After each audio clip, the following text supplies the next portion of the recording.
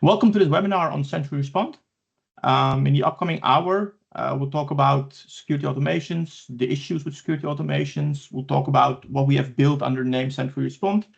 We talk about how Sentry Respond can help you to automate smarter, respond faster, and ultimately secure better. That's the goal which we at least have. Let me quickly introduce myself. My name is Henry Hambartsumian. I've claimed the title Offensive Defender. I have a background in offensive security and in red teaming. And nowadays I spend a lot of time doing detection engineering and using my offensive skills and offensive background to improve detection and improve respond in the security space. And I'm a father of 2 boys. Seems to be a theme. Hey everyone, I'm Olaf Hartong. I'm a detection engineer and I do a lot of research into how EDRs work and how to defend better in the cloud. Used to be a documentary photographer, so I try to be creative. I also have 2 boys, and of course I like warm hugs.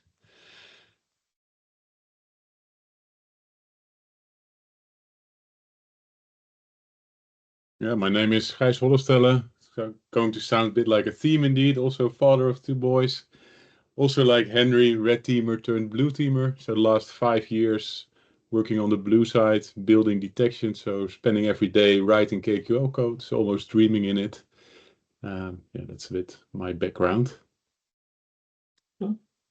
Thanks, guys. So just a quick story about FalconForce before we dive into the topic. So FalconForce was founded in 2020 by a group of highly experienced red and blue teamers.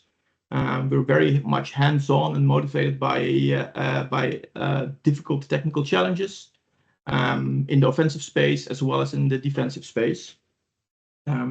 Overall, we want to boost the threat detection and response capabilities of our clients. We do this with highly advanced red teams, mostly under the Tiber and TLPT flag. For the blue side, we provide managed detection content to detect those highly sophisticated attacks.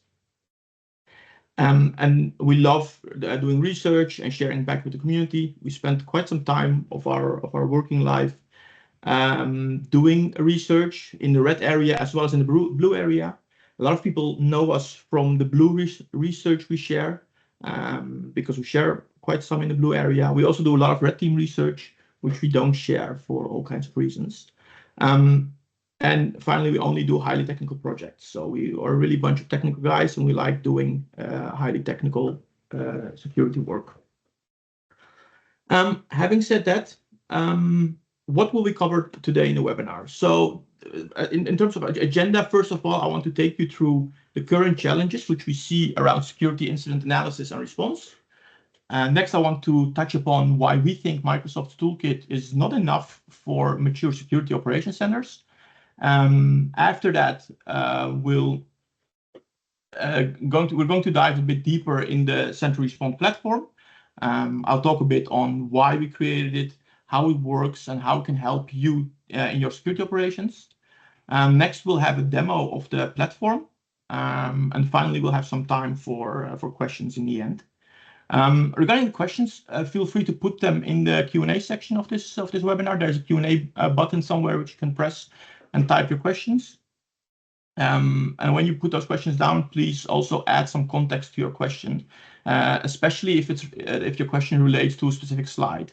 We'll keep track of all these questions, and then we'll answer those questions at the end of the webinar. So please put them there. We won't answer them immediately, but we'll answer them at the end of the webinar. And also, I want to reach out to everyone and say we're actively looking for collaborators. So we're looking for people who are interested in doing a proof of concept with us for the Sentry Respond solution. And again, I'll explain to you what it is and how it works.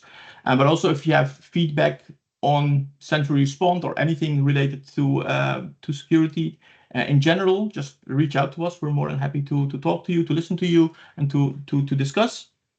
Or if you're interested in doing joint research or joint R&D, or you're interested in one of our services, please reach out. You should be able to find us. With that out of the way, let's talk a bit about the current challenges we see in the threat and detection space. when you think about threat detection, I at least think about security operations centers. And the question which comes to my mind is, what's the title of an employee that handles security incident? And of course, everyone knows that, and everyone is shouting, it's an analyst. Of course, it's an analyst, because that's how this role is called. It's a security analyst. But when you take a step back and look into what an analyst is actually doing, it turns out, especially in security operations center, an analyst spends only 20% of his or her time doing actual analysis, and spends the other 80% of the time on gathering more information, writing ticket notes, closing the same ticket over and over again. So doing quite some boring things which can easily be automated. This is a waste. This is a waste of time. It's a waste of talent. And we think it should be the other way around. So the analysts should only spend 20% of their time in doing things which are hard to automate. So gathering information from very exotic sources, closing unique incidents, writing reports after critical incidents. And 80% of the time should be spent on doing actual analysis. That's why the person is called an analyst. And that's not happening. And the reason we think a lot of organizations are struggling is because of time wasted. So what we see is that analysts waste quite some time on questions like, what application does this server even belong to, or what is the host name, or what host name does this IP belong to? And by continuously switching from application to application and doing the same response steps over and over again, sending the same message to the same admin asking, hey, was that you doing it? Resetting a password for the 100th time in a week, blocking an account, revoking a session. These are all manual actions, or in a lot of cases, these are actions done manually by an analyst, which can very easily be automated. Also, correlation of incidents, or especially closed incidents which happened longer ago, is an issue. So an incident which happened 2 weeks ago and is already handled isn't always properly correlated with an incident which is happening today. Sometimes the tooling does it for you, sometimes it doesn't, and sometimes it happened to be that there was a different analyst handling the case and doesn't make the connection, and that's an issue, and that's a waste. And finally, regarding correlation of incidents, Defender doesn't properly correlate all the incidents. I think we all know that. And this happens for all kinds of known and unknown reasons. Sometimes the whole Defender thing is a black box. Sometimes it's kind of predictable. But still it hinders you in your analysis of security incidents. And as a result, the current approach makes it really hard to work efficiently, because analysts get limited time to work on an incident because there are so many of them. And the time spent on things which could have been automated and not spent on things which are really hard to automate, so even with AI. So that's where you want to spend your time. And moreover, it's hard to make sure that every analyst analyzes the same incident in the exact same way, and that the analyst looks at the exact same information and makes decisions based on the same grounds. And that's what you ideally want to have in your operations. And finally, we see analysts becoming detached because they're not doing meaningful work. I mean, alert fatigue, of course, is a very well-known thing. It kicks in, and handling incidents becomes manually performing the same repetitive actions instead of actually thinking. So it takes the thinking away and just makes the analyst a clicking robot. And basically, it becomes factory work instead of an analyst job. And that's what we see more and more in bigger and bigger security operations centers. And we think this can be improved. We think this can be better.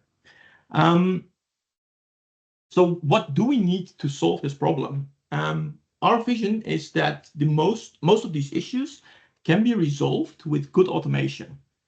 A good automation platform can help you to, I think, first of all, automate enrichments and response steps. At least, I would say 90% of the information should be, which an analyst requires, should be present. So when doing the initial triage, the analyst opens the incident for the first time, and at least 90% of that information should be visible to the analyst, should be present for the analyst when he starts this triage. It's a waste of time when the analyst at that point has to go into an IPAM solution or has to go into DHCP logs trying to understand what IP belongs to what system, or obtaining system information or user information from systems like ServiceNow, Cisco Umbrella, or Jira, or Topdesk, CyberArk, Okta, whatever it is that you're using. All the information which is required for an analyst for that specific type of incident to make a decision needs to be there, at least in 90% of the cases. Second, every alert that has an easy, we call it close alert if rule, should be auto-closed. I mean, examples which we have encountered quite recently is impossible travel due to an office VPN. So some employee logs in from country A and then switches over to the office VPN, which has an IP which geolocates to country B, and you trigger the impossible travel alert. This is quite common in a lot of organizations I've seen. And this is something you want to auto-close and not manually look at every time. And the auto-close only needs to happen in specific conditions, of course. You don't want to automatically auto-close all the impossible travel alerts. And this is where automation comes in. And another example is if phishing is reported and nobody has clicked the link, automatically take a screenshot, block the URL in the proxy, and close the incident, because there's limited impact, especially if you have high volume of phishing incidents or phishing reports. You might consider this as an automation. And that's to reduce alert fatigue. And with all these boring and mindless incidents out of the way, an analyst can now actually spend more time on analyzing the incident and truly understanding what has happened, and spend the time to dig deeper into an incident. And this hopefully reduces the misclassifications as false positives, which we see happening quite often. And hopefully, if this is achieved, then as a final result, you have better security, better protection, and the analyst is happier and more engaged in their actual job. Okay, so far so good. So with this as context, let's look at what Microsoft has to offer in terms of in their product suite. And for the moment, I'm going to assume that everyone who is listening to this webinar is familiar with the Microsoft product suite, because when you signed up, you probably also read that this was about the Microsoft stack. When we look at the Defender XDR portal or Defender portal, however you want to call it, looking at the Defender portal in terms of enrichments, I think the solution is actually pretty decent. Microsoft made quite a big leap compared to 1 or 2 years ago, even with what they offer the analyst in terms of enriched data. Sorry for that. The XDR portal offers basic enrichments. However, we think that this is nowhere close to what you need as an enterprise or what you need as a mature security operations center. This is basic stuff, which is definitely useful and it's good to have, but this is nowhere enough. The next thing is that the enrichment offered are aimed at organizations that do everything on the Microsoft stack. So they show you user information of a user, for example, but only if the user is managing Entra. If you're using Okta or you're using a different IAM platform, you're using SailPoint, you're using CyberArk, you're out of luck. This information won't be there. If you're using the Microsoft EDR product, you will see quite some details about the endpoints. If you're using a different EDR, again, you're out of luck. You're missing the telemetry in the portal. You're missing all the enriched information in the portal. And Microsoft is adding more and more native enrichments, but still the information is mainly coming from Azure connected systems like Entra and Defender for Identity, Defender for Endpoint, Defender for Cloud, Defender for Cloud Apps, and all the other Defender 4 products in the environment. So overall, I think it's useful, but if you use more than only Microsoft products, it's a bit lacking. In terms of response actions, what do they offer? If the only thing they basically offer is the most basic form of response. If for custom detection X, you can say always perform this automated action. There's no nuance you can set in the alert. So you create a custom detection, and you tell in the Defender portal, you say every time this custom detection triggers, I want to isolate this device, I want to block this account, I want to collect an investigation package, and that's it. There's no conditions which you can specify. And if you want to use the enrichment from the previous phase, so if you want to say, I only want to have to perform a specific action only if the user is part of a specific group in Entra, this is not possible. So it's all pretty rudimentary, I would say. The basics are there, but it's not super advanced. Sentinel offers you a bit more in terms of automation. And of course, we all know that Sentinel is now moving into the whole Defender portal. And in theory, you can build with the automations offered by Sentinel, you can build whatever automation or whatever enrichment you want. However, the only limitation is that Sentinel limits you to using logic apps only. The only thing you can use for automations and enrichments for Sentinel alerts are logic apps. And in case you've never seen it, logic apps are the Microsoft implementation of zero-code programming. It allows you to build automations without typing actual code. You just drag and drop the different building blocks into a UI instead of typing them in an editor, like with normal programming. But the whole idea is the same. You just basically combine, let's say, logic flows and do different things depending on different conditions. I think logic apps are really great for making simple automations, but I don't think they're fit for automating your whole security operations center. I think SOC automation in general is pretty complicated, and you can't capture your whole automation needs of a security operations center in a few simple steps, and that's where the logic apps are a bit lacking. So basically, what we've seen a couple of times in a number of different customer environments is that the customer starts off with building basic automations in logic apps, and what happens is that simple automations are being handled, and then you increasingly start building more and more complex automations. And I have an example where a customer started off building a very simple automation which says every time there's a incident in Sentinel, I want to send that to ServiceNow SecOps. You might be familiar with SecOps and ServiceNow. And then you realize while building this and running this automation, you start realizing that there are so many different edge cases you need to cover.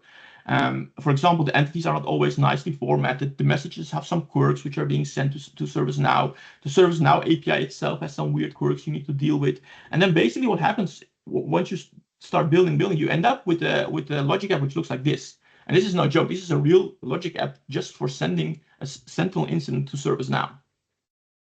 And this is the issue with logic apps. And the only thing the logic app does is ensure that security incidents end up in ServiceNow SecOps. That's it, in the right format. It doesn't do anything very complicated. And keep in mind that this is actually a form of software which you're seeing here. This is real software. It's just not code like you were used to with software. It's just in visual form, but it's still code. And if you ever try to build automations or if you ever try to build software, I'm sure you can see that this is definitely not maintainable. This is definitely not debuggable. And after 1 year in production, nobody has the slightest clue why this works, why it works like this, or how it even was supposed to work in the first place.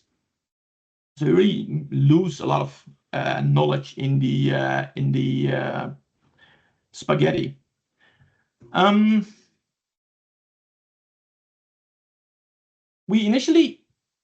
Our initial goal before we started with this whole thing was to build a kick-ass set of automations for our customers. But then we realized that the platform that is offered by Microsoft doesn't work for the things we wanted to do. And these are like the top issues we encountered when using logic apps in this case. So first of all, logic apps are nice for simple automations, like I said, but building complex logic apps is really hard. It's time consuming. The comparison I like to make is it's like trying to hammer a nail with a screwdriver. I mean, it works for 1 or 2 nails. You can just hit it hard enough with a screwdriver, and it will finally you'll nail it. But you don't really want to build a whole house just with a screwdriver. And that's the thing with logic apps. Proper maintenance, version control, and debugging of these logic apps is practically impossible, I would say. It's not really meant for building complex automations. The second issue which we had is that there's no foundation to handle production-grade automations. So things like error handling, timeouts, downtime of external systems, caching of responses, they're all non-existing in the standard logic app framework. So you have to rebuild all those things yourself from scratch, and you have to build them for every logic app one by one. because each of those logic apps, each of those automations are completely independent from all the other ones you've built. And the third point is that you lack modularity and reusability. And it's also kind of related to the last point. Ideally, you want to have error handling functions which are reused across your whole automation landscape and not only specifically for one automation. Although that is possible with logic apps, you can have logic apps calling each other, but that's really not meant for it. So imagine having a spider web of hundreds of different logic apps calling each other. I think it becomes really a mess really quickly. And then in terms of from the XDR platform, the XDR platform doesn't perform any enrichments for external systems. That's the first issue we had. So if you have ServiceNow, if you're using Jira or some other CMDB platform, you're using Nessus for vulnerability management or Rapid7, none of those external systems are being ingested into the XDR platform, with VirusTotal, I think, being the only exception. And next to that, it's not extendable. Microsoft doesn't allow you to extend the platform with your own tools and with your own enrichments. The second issue is that the enrichments are only present in the UI. You can't use these enrichments in your automations. And that's a bit of a shame because we really want to use those enrichments as part of our automated decision-making in the SOC. And just having this enrichment information available to your automations significantly increases what type of automations you can leverage. And the third issue is that enrichments are fetched in your browser when you click it. This is quite slow, but also doesn't present you the state of your environment on the moment that the incident triggered. And things might have changed if you open the incident after 1 hour or even after 1 day. And sometimes this is useful. Imagine the enrichment of a host. Having the IP of that host at the time of the incident is useful. Having the IP of the host currently is not very useful, especially if it's a day later. But on the flip side, imagine the user account status as an entity you're interested in. Is the user account enabled or disabled? Knowing the status of the user account, whether it's enabled or disabled, when the incident happened isn't very useful because probably it was enabled. Otherwise, the user couldn't have done something with his account. But knowing the current status is actually pretty useful. And this information is provided to you by XDR in live. And this is what XDR does for you. So what we want to say, it's not all that bad, basically. So there are some shortcomings, but there are also some useful things in the whole Defender suite. And what we want to do is we really want to combine those things. And that's also really our philosophy behind Sentry Respond. We really don't try to replace the existing Microsoft tools, which are good. We just try to hand you extra tools for situations where the Microsoft tooling is a bit lacking. And we think we have built a product which can solve the issues with automations for SOCs running on the Microsoft security stack, or at least partially on the Microsoft security stack. So I want to introduce you to Sentry Respond. That's the product which we are working on at the moment, which we have built, which is the topic of this webinar, of course. And we built Sentry Respond with 3 goals in mind. The first goal of Sentry Respond is can be summarized with build better automations faster. We want to offer you a platform that allows you to build automations that are better in terms of reliability, better in terms of maintainability, and better in all other software quality factors. And we also want to offer you a platform that allows you to build your automations faster. All the boilerplate stuff is handled by the framework. And you only need to think about the logic you want to implement for your automations and not all the boilerplate around it. Next thing, our next goal is to make sure that our solution adapts to you and your environment and not the other way around. You want to, so if you want to build automations in JavaScript, sure, be my guest, build it. You want to build your enrichment framework in Python, sure, you can do it in Python. You want to stay away from full code and only use logic apps because you like logic apps, sure, you can just integrate it into Sentry Respond. And we even provide a full C# software development kit if you want to do high performance automations as well. So there's a lot of options, and we offer you the flexibility to build your automations the way you like it. And finally, we all work in security. We understand that you don't necessarily feel comfortable sharing your most sensitive information with a third party. So that's why we built the solution such that it runs using native Azure components only, and also inside your Azure environment. So it's not running somewhere else. It's not running in our Azure environment. It runs in your environment, and your data remains within your tenant. That's the philosophy behind it. If you look at it in terms of different components, how does Sentry Respond look like? It consists of 4 main components. First, there's the user interface. The interface is a browser plugin which integrates into the Defender portal and provides you the interface to Sentry Respond. It shows you all the additional enrichments, allows you to run automations. So there's no extra portal or workbook or tab you need to have open to use the platform. Next, we have a component which we call Brain. Brain is responsible for all the heavy lifting in Sentry Respond. Its main responsibility is orchestrating automations, ensuring different components of Sentry Respond perform the correct actions at the correct time. So, for example, it fetches the alerts, performs entity normalization, does the coordination with enrichment actions, does coordination with automation actions, correlates alerts. So it does all the heavy lifting. Basically, happens in the Brain component. And finally, we have the playbooks and the actions. These 2 blocks are the customizable bits and allow you to embed your requirements into Sentry Respond. So a playbook triggers automated actions in specific conditions. It's something like block user X in condition Y. We'll come to some examples in a minute. And then the actions are the actual interactions with external or internal systems. They implement logic to fetch enrichments, or as I just mentioned, as an example, blocking the actual user. So that's the action which is happening, and they're the building blocks of the whole system. And again, we'll come to some more concrete examples in a minute. So let's talk a bit about how the Sentry Respond fits into the workflow of a SOC. So once an alert is triggered in Defender and Sentinel, Sentry Respond pulls the alert, and out of the alert, it extracts and maps the entities and starts enriching those entities based on what actions are configured. So it can configure upfront for which type of entities, which enrichments you want to perform, and for every entity and every enrichment, Sentry Respond does those enrichments. There's also a recursive part. I'll skip that now just for time because I've been talking a bit too much. And then once all the entities have been enriched, we come to the stage where we start executing playbooks. As I mentioned before, a playbook is a condition attached to 1 or more response actions that need to be executed. So in theory, a playbook can also trigger another enrichment. But in general, we don't see this as a very useful feature. Usually the response actions are more common things to execute on a specific condition. And then finally, all this information is presented to the analyst in the browser UI, like I mentioned before. I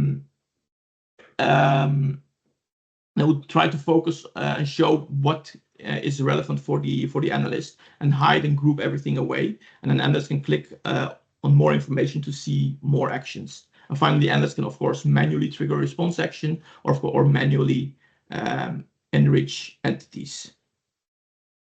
Let me quickly give you some more examples, and then we'll jump into a demo.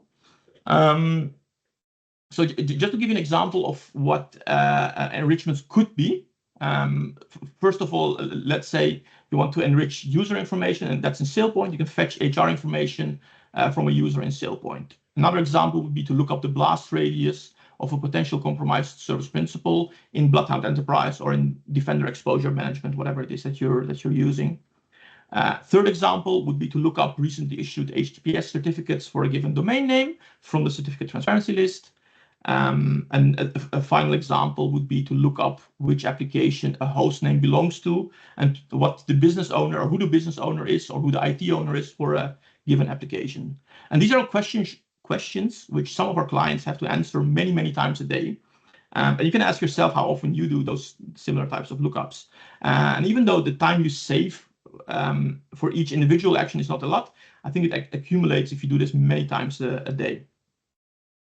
Giving some examples of response actions would be, for example, blocking a user Enter ID or forcing a password reset in Enter ID, taking a screenshot of a web page in a sandbox or in Selenium sandbox, sending an internal Teams message to a user or to an employee and wait for an answer, blocking outbound HTTP traffic to a specific URL in Zscaler or Blue Code or whatever proxy you're using, storing an investigation package from your EDR onto some SharePoint environment you have for your incident response team. Those are different examples of response actions you can build in the platform, and some of them come pre-shipped, of course. And finally, Playbook, like I said before, triggers an automated response action in a specific condition. So just going from very simple playbooks to more complicated ones. First one would be taking a screenshot of a website whenever a phishing mail is reported. I think that's very straightforward. A more complicated playbook could be to close an impossible travel alert if the first source IP is from an expected country and the second source IP of the login is from your internal corporate VPN range in a different country. You can all specify that in a playbook and then execute the close incident action as a response action. And the third one, and the first two are perhaps a bit more toy examples. The third one, which is more realistic, is having a playbook that triggers when a phishing alert is classified as true positive. If that happens, the playbook automatically forces a password reset for all the users that clicked the link. You can look that up in either Defender for Office, or you can look it up in your proxy. Reset all the active Enter ID sessions for those users, and then add the list of all the users that clicked the URL to your closing notes in Jira or in SecOps or whatever it is that you're using. I want to jump over to the demo now, just to make all the things which I had here more concrete. Just going to go over to, I think Olaf will do the first two demos. We have 3 scenarios which we want to show you. Olaf will do the first 2, and then Gijs will show another one on how and when you can use the tool in your environment. Go ahead, Olaf. Great, thank you. So we prepared a couple of scenarios for you. We have some live alerts. And the first one I want to dig into to explain a little bit the struggles, or sometimes just the experience from an analyst perspective would be this alert. So we have an alert that is called suspicious Office WLL XLL load. We get some information here, right? So we can at least see some basic incident description where we can understand a little bit of what the attack is trying to do.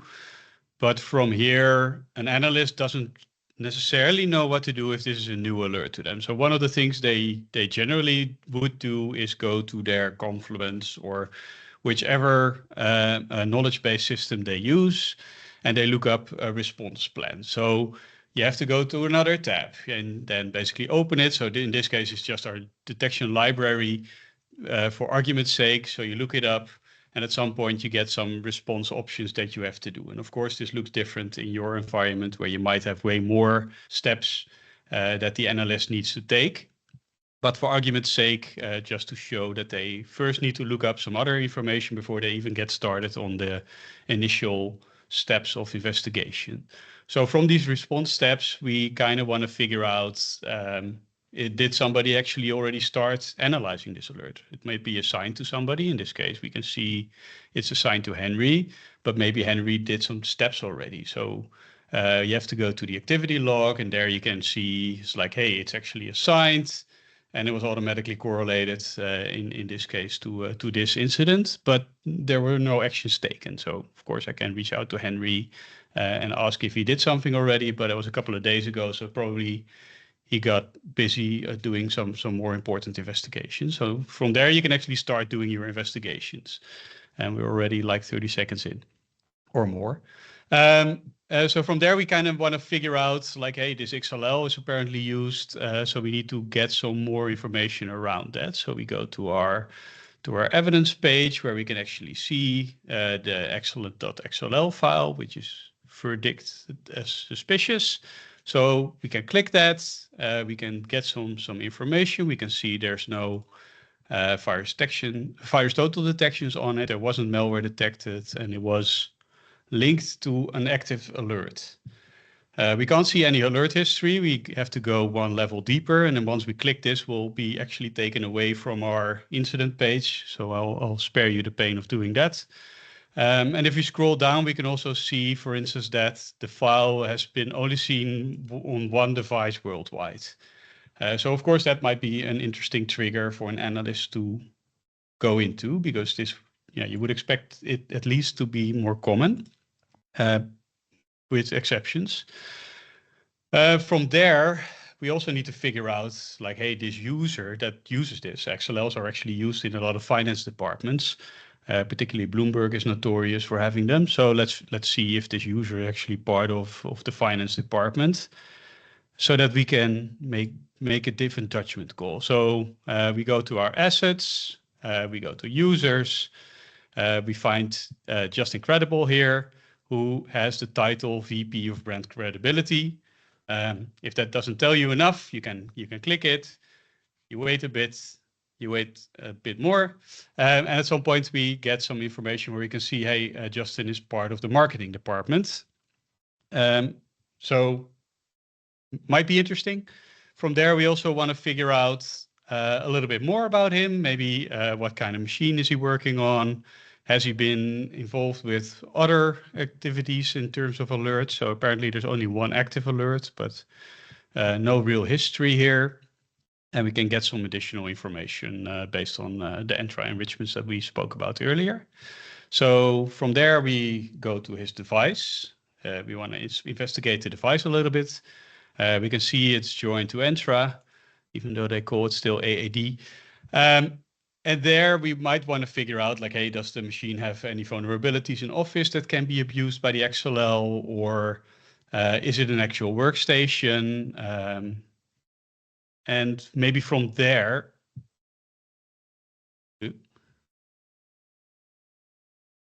uh-oh.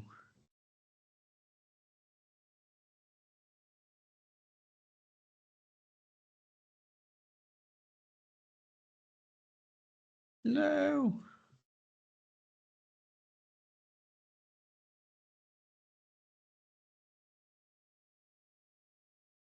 IT issues, Olaf?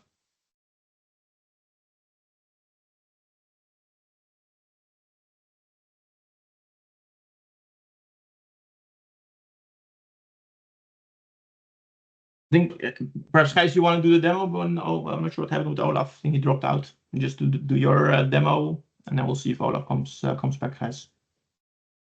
Yeah, do that. Share the right window.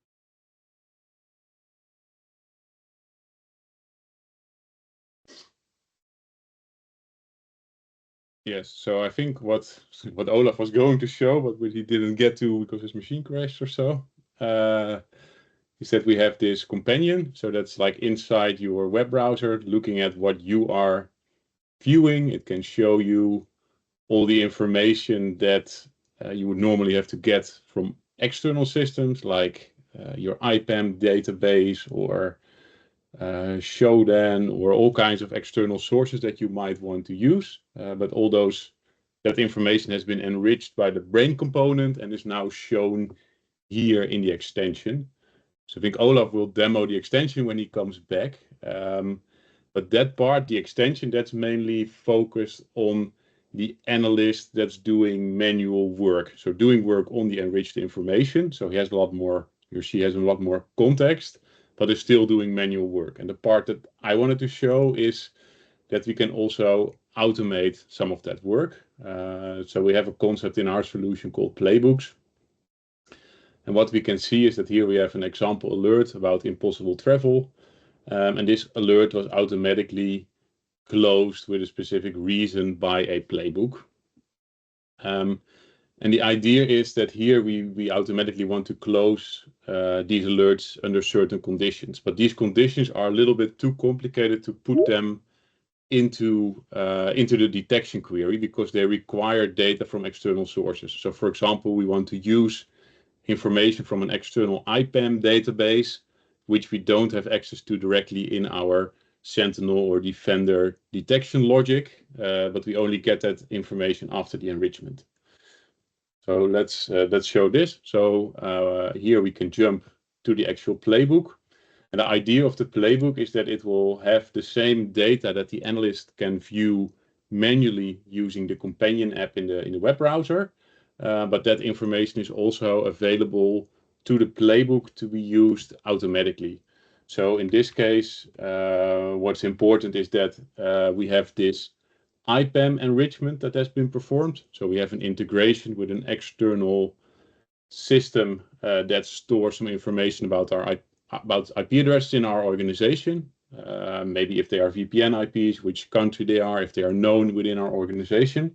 But that information is not stored in a Microsoft solution, so we don't get it directly in Sentinel or in Defender, but we can build an integration, fetch that as an enrichment in our platform. And then those enrichments will be available to the playbook. So in this case, we can see that this alert had 2 IP addresses. One has a certain enrichment about a country, India, not being a VPN IP. And then there's a second one that's from the Netherlands and that is classified as a VPN IP.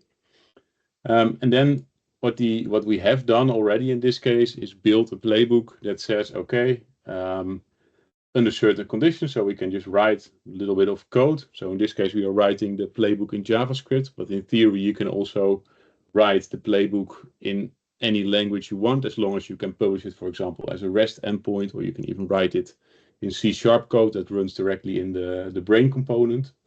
But in this case, it's an external JavaScript that gets executed that does these checks. So first check if is this an IT user. So for that, it actually looks at an enrichment from Entra ID, if the job title includes the word IT. It checks if the first IP address it finds is according to our IPAM enrichment from the country India. And it also checks if there's a second IP that's according to our IPAM enrichment, a VPN IP. And if all of those conditions are true, then we trigger an automated response action. In this case, the response action close alert, but this could also be another action like send Teams message or raise alert severity or something like that. But in this case, close alert, and then we can close it. So we have right now we have a in-browser editor and debugger for this, but we are working on actually integrating that in VS Code. So you have like a full desktop editor for it. Here you can already run it, check if this is working. So we can check that if you would run this on this particular alert, then the outcome would be that it would close it. What we're also integrating is a little bit of AI. So we don't want to go very far. I think Olaf will also show you some stuff. So we could, let's say, ask for small additions to the script. So in this case, it checks that the first IP is from India, but it doesn't explicitly check that that first IP is not a VPN IP. So I can ask it, okay, can you add that check? And then it can suggest us some changes to the code. So maybe we should add this to the code if we want to add that specific check. We can run the AI validated generated version to check if that's working. And if it is, we can start using that. And the step that would come after this would be to actually, let's say, formally deploy this playbook into the solution. And that's what we are working on now. So this is all under active development. So I think Olaf is back. So hopefully he can go back. So it's a bit of a strange order, but I showed you a bit of the end now with the playbooks. But I think Olaf wanted to demo a lot more the actual companion, which you got a very, very short sneak preview from on my system now. So I'll go back to Olaf. There is still something there. Yeah, I'm back. My internet provider had some problems. Apparently, it's hot in the Netherlands, and something broke. But I'm back. It took a bit. So we were in this scenario. I showed you how, at least to get some information from the Defender portal, and now we can actually start getting the same information or other, and in our opinion, better information from our Sentry companion. So as you saw, it recognizes an incident as soon as either you open it or open up a new incident, and it will gather all the information that we have in our enriched database. So it starts with this page where it shows you the same attack description, or at least the same incident or alert description. And it will also fetch a response plan from either your knowledge base or some other location where you show this. And it gives you some steps to do. It tells me it's assigned to Henry, and if he would have had comments already, it will also show up here. There's a couple of other tabs here at the top, which I'll quickly go over apart from the last one, which you showed already. We have a simple notebook editor, which looks quite bare bones, but this is the amount of information that we can actually store in the XDR portal. So there's no fancy markdown formatting or anything yet. But you can use this as a simple editor to make some notes and post it as a comment, or just use it as a reference point to keep track of your investigation. We have a simple AI chat where you can include all the information from the extension. So all the enriched information is also there. You can ask a model that you host yourself in Azure. So again, no data that gets out of your tenant. To ask questions or explain something about some of the entities.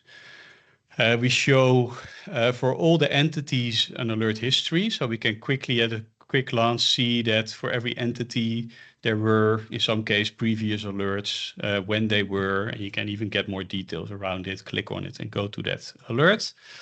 But of course, we're now investigating this incident, so we also want to look at all these entities. So either you can click on them here, but we also have a tab per entity type, which is dynamically populated. And you also notice that some of them are marked red, where we already found some interesting information. For instance, on the file itself, we can see that it was enriched at a certain point. It wasn't found in VirusTotal. The global prevalence is 1, which is deemed suspicious. We can see a file size. We can see the hashes and the details, and also the trigger history for the hash itself. So this hash has been triggered twice. So we can investigate it a little bit more. The same goes for our friend Justin here. We can even push some actions to it. So we can like force MFA if we think he's suspicious, or disable his account and revoke his sessions. Look at his alert history. But also interestingly here is we gather some information from Entra ID, so we can see his role, his department, and some other information that might be stored there.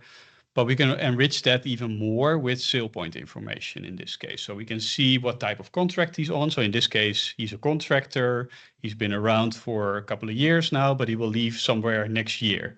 And this can be interesting information also from an insider perspective, right? So from a data leak perspective, if somebody's close to his end date and he starts gathering a lot of files, that might be something to actually investigate more or less. It also depends on your country if you're allowed to see and know this, of course. And we can even see who his manager is or is representative. And if you're interested in attack path analysis or blast radius, we also gather quite some information from Azure or on-prem AD via Bloodhound. We can also see when his last password change was, if his account is still enabled or not, and a lot of extra information. And the same applies to a host. So a host also gets enriched quite a lot. A couple of things that Defender usually does, but you can also rely on other vulnerability scanners, is CVE information. So is a machine, does it have like old software on it that hasn't been patched and might be known to be exploitable? We can see if the AV and so on is enabled. And from there, we can also get way more information on the details pane. So we can see its last external IP at the moment of triggering, but also the last internal IP when the alert's triggered. And we get a nice overview of all the vulnerable software, where the ones that are known to be exploitable are actually tagged as such as well. And if we scroll further, we can also see who was last logged on to that machine, who has logged on to that machine. In this case, it's only Justin. We can see all the Entra ID information. And again, we can also enrich this information even more with ServiceNow, where the CMDB of this company is. So in this case, we can actually see the CMDB name of the machine. We can see that it is a desktop and it's owned by Justin. So that can be a confirmation of certain events that you want to investigate. Couple of last things that we can do in the app as well. So you saw the notebook already. Every block you see this copy button, so you copy the information and put it elsewhere, but you can also click this block to send it directly to the notebook editor in case you want to use this information as a notebook comment or a comment in the ticket. And you can basically add your findings and so on and post it, and it will actually be useful for an analyst to escalate it to the next person. I think the last quick thing that we wanted to show, oh yeah, since my internet was gone, I have to log in again, so that's always great. Live demos. Let's see if it actually lives again. There we go. So the last thing we wanted to show is a very short example where, especially on the Azure side, the XDR portal isn't as strong yet. So we have this alert where a new owner has been added to a resource group. But there's not enough information in the assets or the entities that we can actually look at. So if we look at the users, we see 3 users have been labeled, where class is one of them, and we see 2 identical GUIDs with no real data available. And additionally, we also have another GUID in cloud resources that shows it is an Azure resource. And when we click it, we can at least see there was a role assignment, which is already sort of evident from the alert title. We see a GUID for a subscription ID, which we probably don't know by heart. And we have a resource group that we can see. So some information, but not everything. So one of the things that the auto enrichers on the back end can do is, for instance, enrich this role assignment. So we can build a small tree where we can actually see the hierarchy of the subscription, including its name, so we know what it's called. Can be super relevant in big organizations. We still see which resource group there is. And if we want to see a little bit more information, we can open up the details pane, where we can see, again, the subscription information, but we can also see the role assignment. So in this case, the owner role was assigned to Klaus Mueller, who is a user, and that was done by the Sentry demo, in this case, compromised app, right? We can call it that way. And that the rest of that information can then be found in the account entity. So we can actually get some more information about this app registration and see that it was involved with some more alerts. So that will be something to investigate. I think we're at time for the demo. Sorry for dropping out. We'll record probably a longer demo and put that separately online and send you an email after we do that. Yeah, thanks, Olaf. Thanks, Gijs. I want to go back to the slides. Quickly show you the roadmap and then spend some time on questions. I think so far I've seen 1 question only. So we have still some time to look onto that. So what does the roadmap look like? At this moment, we're running a number of MVPs with select organizations. And this provides organizations with all the current features of Sentry Response. And in return, we collect their feedback to improve the product and prioritize the roadmap. The next big milestone is Sentry Studio, which we called, at least for now, as a working name. And the idea is that Gijs showed you the playbook editor to be able to edit playbooks.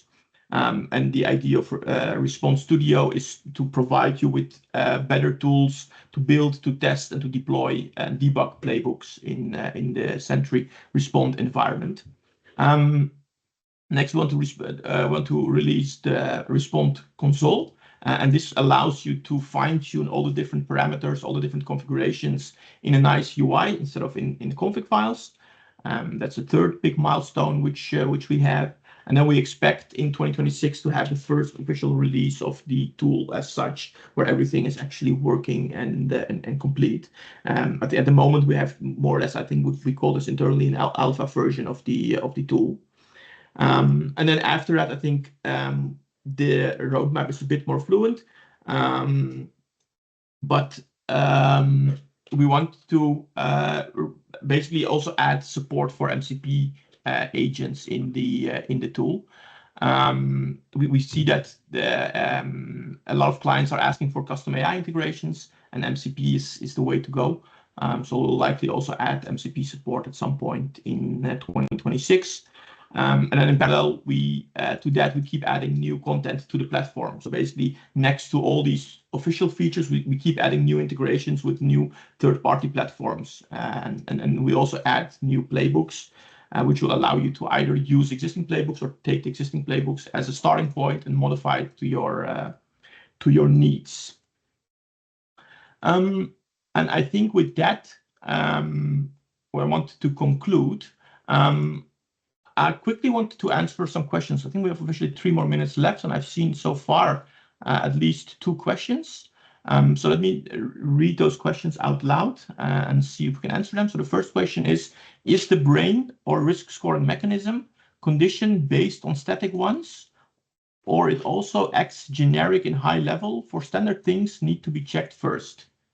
Gijs, you want to take this question? Yes. So right now, let's say the risk scoring that's in the solution is relatively simple. So looking at single alerts. So for example, we saw that example where the global prevalence of 1 was treated as suspicious. So right now it's just looking at single alerts, and those rules are static. But one of the things we are working on right now is to integrate another solution that we are developing / have developed, but which is right now a bit separate, which is called risk-based scoring, where we also want to look at combinations of alerts, where we can also take inputs, for example, on lists where you can configure certain lists, let's say a list of high profile accounts, where you maybe have your CFO and your CTO and people like that in a list, and then those lists can be dynamically used to raise or lower the risk scores of alerts, and it will also correlate alerts based on similar entities and things like that. So we have a prototype of that, which is right now a bit separate, but we are working on integrating that into the solution. So there's more coming from that risk scoring, and that will help you to prioritize basically which things to work on first. Then there's another question. How is authentication performed to the portal? Is this performed by the browser extension or by Brain in the backend? Yeah, so right now, well, there are 2 parts. So one is that the data is being analyzed and is being stored inside the solution. So that's indeed handled in the background by the Brain component. And when you are viewing that information, the Brain component has a small API, and that API is being queried by the browser extension. And for that, we use authentication, which is based on your Entra user. So because we deploy the whole solution in your own Azure environment, we can also link authentication. Also, for example, of that playbook editor that I showed, that's all based on the user security groups that are configured within Entra. So we integrate with the Microsoft ecosystem there.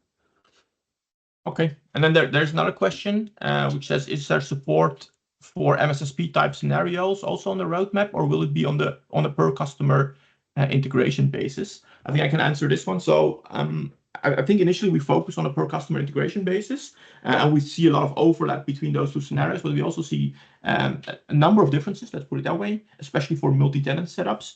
And at the moment, I think this falls into the category depends a bit on where we go with this product. We're not sure yet. If there are a lot of interest from MSSPs, we're happy to explore those options with MSSPs and work towards a more MSSP-friendly solution. And if there are not too many MSSPs interested at the moment, we'll probably likely focus on per customer integration.